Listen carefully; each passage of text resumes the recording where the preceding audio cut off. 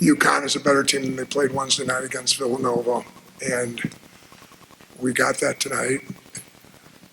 I think in the history of the UConn program since Gino, I think it's been 1,450 some games and 30 years since they've lost 2 in a row. So our goal tonight was to make history, and we didn't do a very good job of that. The identity of their team right now, while they're wounded, is really I think it's around their defensive basketball. And I think they are really a good defensive basketball team. And I think they really clamped it on us tonight. And then on our offensive side of the ball, we have been able to get quick and easy shots without having to work very efficiently throughout the year, and that's not going to happen against a team like this, and that's how we played offensive basketball tonight. We were in and again, you have to really understand when you talk here like this, you have to give the credit to the defense of the opponent, and that's not just because it's UConn and Gino. I would do that with any team that makes us shoot as abysmally as we did tonight. But then you also have to look at yourselves, and we were really in a chaotic state for a group of people that shouldn't be in a chaotic state. I would have been much more comfortable losing the game with the same score if we just weren't as chaotic as we were throughout the game. So that's my take on it. And they are a good, we did a good job. We dedicated ourselves to stopping FUD, and they showed why the other players are really good basketball players. When they get healthy, you don't want to hear it. But when they get healthy and when they get Paige back, this might be really, this could become one of those special teams in March. So that's just something that I really firmly believe, because all these other kids are getting playing time and experience, and they're taking some lumps along the way, but they're going to maybe be able to pull it together right at the right time. When you lose a player right before the game, the way Gino lost Olivia just before the Villanova game, I mean, is it an advantage or is it better? I mean, does it make a difference when you now have a time to practice without her and get used to playing without her, which they didn't have the other night? Yeah, there's no question that when you lose a player like that right before the game, but what Nova did differently than we did is Nova really had a much more controlled offensive situation. They made their threes. I mean, Nova shot magnificently well from 3, and we didn't. And that was a big difference in the ball game too.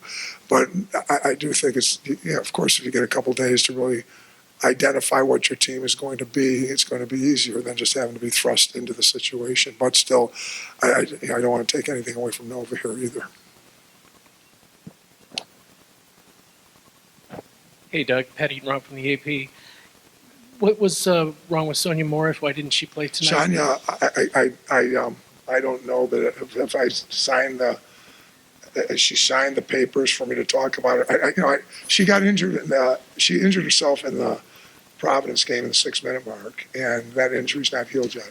So basically, it's an injury situation. She wasn't able to go. So I don't know what she signed for me to say what it was. Okay.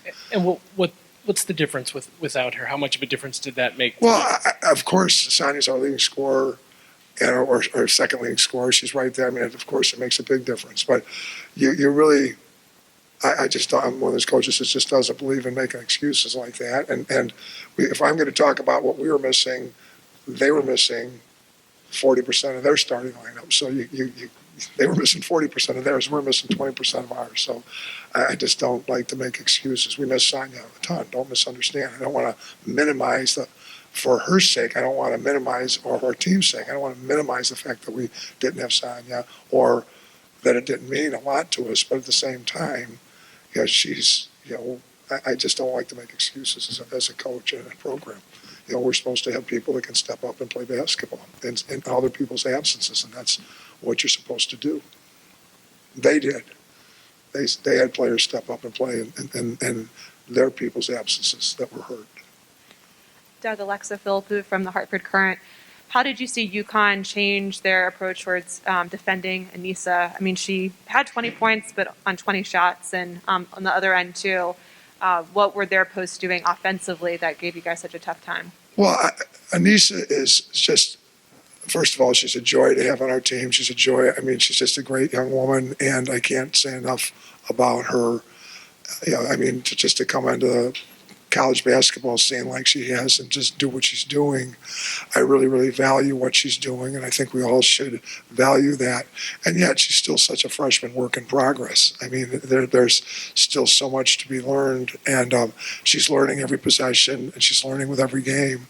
And so, they do a good job. I mean, Anissa runs, she rebounds, she finishes, and she just plays with a great motor and a great energy. And I would like her to be a go-to down low player, and she's going to be. But at the same time, we're just it's a work in progress right now. We're getting her the ball more on the penetrations and kicks than we are just sitting her down there in the block. Well, I mean, everybody. I don't like to get in a press conference and just tell the whole world about what she does, but everybody that watches us knows what she does every time she catches the ball. I mean, she's so. I mean, so UConn is a well-coached basketball team, and they're not well-coached because of Gene, just because of Gino. Okay, I don't mean to. Not just because it's Gino, but Chris and the staff do a great job of scouting. I've worked with them, and they're just great coaches. So they're going to pick apart the tape like we do, and they're going to know which direction she's going. They're going to know from where to send help, and they did that. This is a really well coached basketball team here at Connecticut. So, that's what they did, and that's what they do, and that's what everybody's going to do. And I mean, for Nisi to have the numbers she has. And with this much experience of having played UConn, I mean, I understand how well they do at taking out an opponent's best player. I know how good they are at taking out an opponent's best player. They're really good at it, and they're really good at taking and minimizing that player. So I almost look at it kind of a little bit the other way, that Anissa got what she got, given what she was up against, both from the UConn players and the UConn coaching staff. That's a statement to how good Anissa Morris really is and has a chance to still become. Doug, Roger Cleveland from the Waterbury Republican American.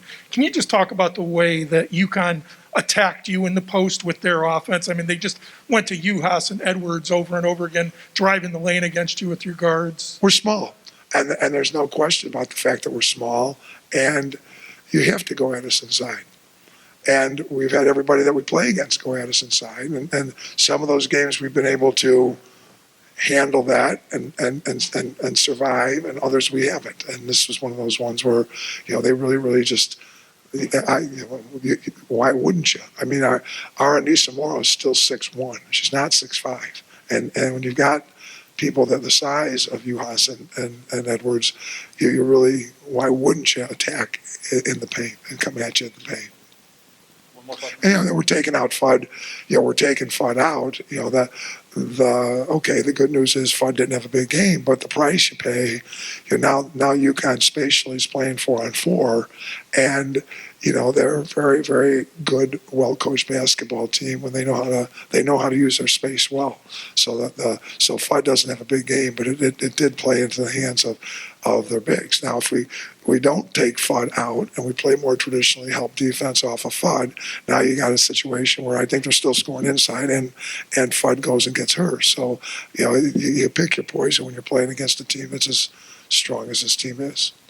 And you all are UConn people, so you're looking at this like this is just some subpar UConn team. I mean, this is but you guys have seen the standard. You have watched the standard here, so that's what you're comparing them to, is their standard of high level excellence. It's still, if you look at college basketball this year and you look at the South Carolina is really good. South Carolina, looks like they are truly the clear cut favorites but there's not. This is going to be a pretty wide open NCAA tournament from top to bottom. So I just think it's one of those fields that it can kind of be anybody's field this year. So, and this is a UConn team where it might not be their one for the ages, but it's still a team that there's still a lot of basketball left and a lot of getting better to do down the stretch here. Yeah, Don Memori from the Hartford Current. You mentioned when you first sat down about the 29 or so years since they've lost back-to-back games. Are players usually aware of things like that, or is it something that you bring up in terms of motivation? How does that become a topic of? Well, only if a coach brings it up. There's no player in America is looking that stuff up. I mean, I don't know how many. Well, I guess maybe you guys all look it up. I don't know, but at the same time, once we know how hard they are to beat after a loss. I mean, it's a tough team to beat before a loss. Okay, when they're over feeling good about themselves. All right, they're hard to beat. All right, but now when they get beat, and he really gets their attention, they become even more difficult to beat, and that's just what happened. Nova came in here and played a Nova game that their 85 Nova men team played against Georgetown. I felt like I'm watching. I mean, they made every shot they needed to make the other night, and Nova just played a really, really great game and came in here and did a great job. And so you don't think Coach Oriam didn't have their attention for 36 hours or how many hours it would, 48 hours or whatever the amount of time it was from practice. Nova lost one practice, one shoot around. I think he probably had their highest level of attention. And I think you saw, I mean, I know I didn't watch the same UConn team Wednesday night that I watched tonight. And that's, but Nova, again, I don't want to take away the credit that Nova deserves. Nova made, we were 4 for 17 at halftime from three, and Nova was making every three they shot. I mean, and so there's a big difference in that. And you're not getting necessarily easy threes against these guys. Any other questions? Thank you, everybody. All right. Thank you all for covering women's hoops, and again, just thank you all, and we'll see you here in a couple weeks at the Mohican Sun.